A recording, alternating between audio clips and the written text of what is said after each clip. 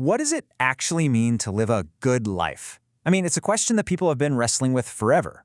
Today, we're going to dive into a really powerful answer from the pioneering psychologist Carl R. Rogers. He called it the good life. And spoiler alert, it is not a destination you get to. It's a journey of becoming. So let's ask it again. What does it really mean to live a good life? Is it about happiness, success, having it all? Well, Rogers suggested something way more profound.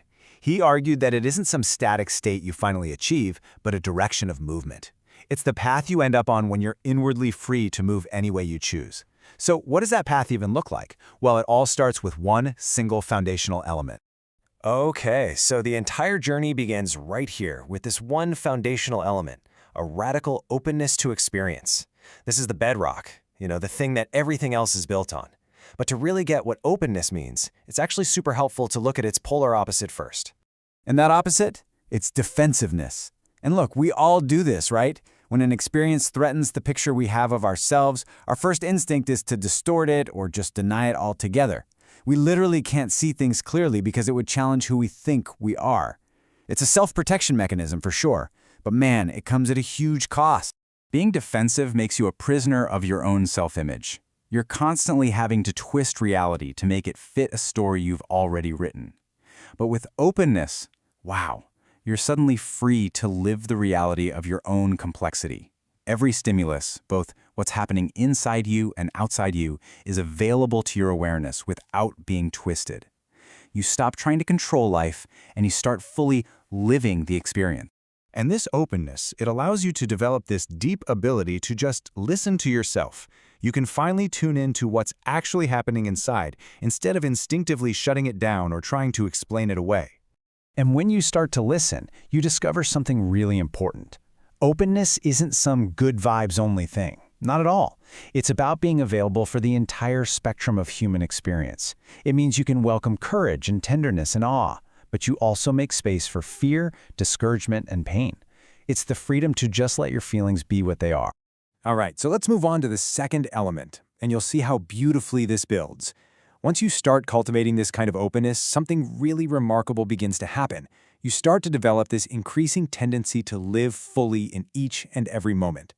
And this connection is absolutely crucial. That deep openness to your own experience is what allows you to live more fully in the present. The more you move away from being defensive, the more you just naturally arrive in the now. Okay, and this is where it gets really liberating. When you're truly open, each moment is a brand new configuration of things that has never existed before and will never exist again. And what that means is you're free from the template of your past self. Who you're going to be in the next moment is a discovery, not a prediction.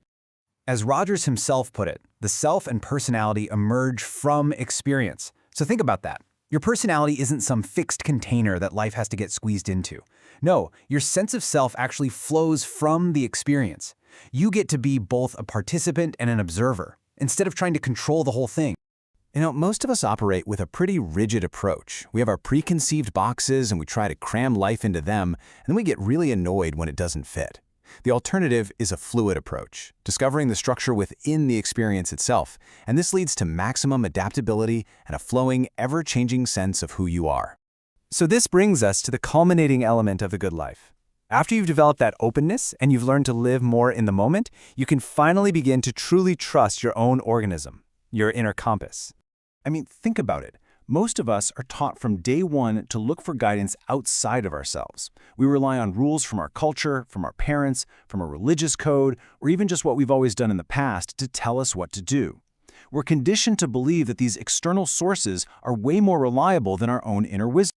But Rogers argued that a truly open person has access to all the relevant data, social pressures, their own conflicting needs, memories of past situations, all of it. So instead of just following some rigid rule, they can trust their total organism to process all this complex information and discover the path that truly satisfies them in that unique moment. And this right here, this reveals the biggest trap we all fall into. We treat our memories and our past learnings not as data points, but as the present reality itself. It's like using an old map to navigate a new city. And when we do that, of course, we're going to get the wrong answers for the here and now. So when we weave these three strands together, this openness, this presence, and this self-trust, what kind of person starts to emerge on this journey? What does it actually look like to be fully engaged in this ongoing process of becoming? Well, here's the portrait of that person on the journey. They're open to all of their feelings, the good and the bad. They use their entire being to sense what's real, and they trust themselves to make choices. And crucially, they're open to the consequences, ready to correct course when things are unsatisfying. They are just fully engaged in the process. And that really is the ultimate takeaway here. The good life is not some fixed state of perfection that you finally achieve one day. It is not a destination.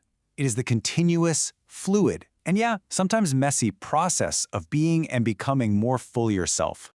So I'll leave you with this question to reflect on. Based on everything we've explored today, what is just one experience, maybe it's a feeling, a situation, a conversation, that you are ready to be fully, truly open to starting today?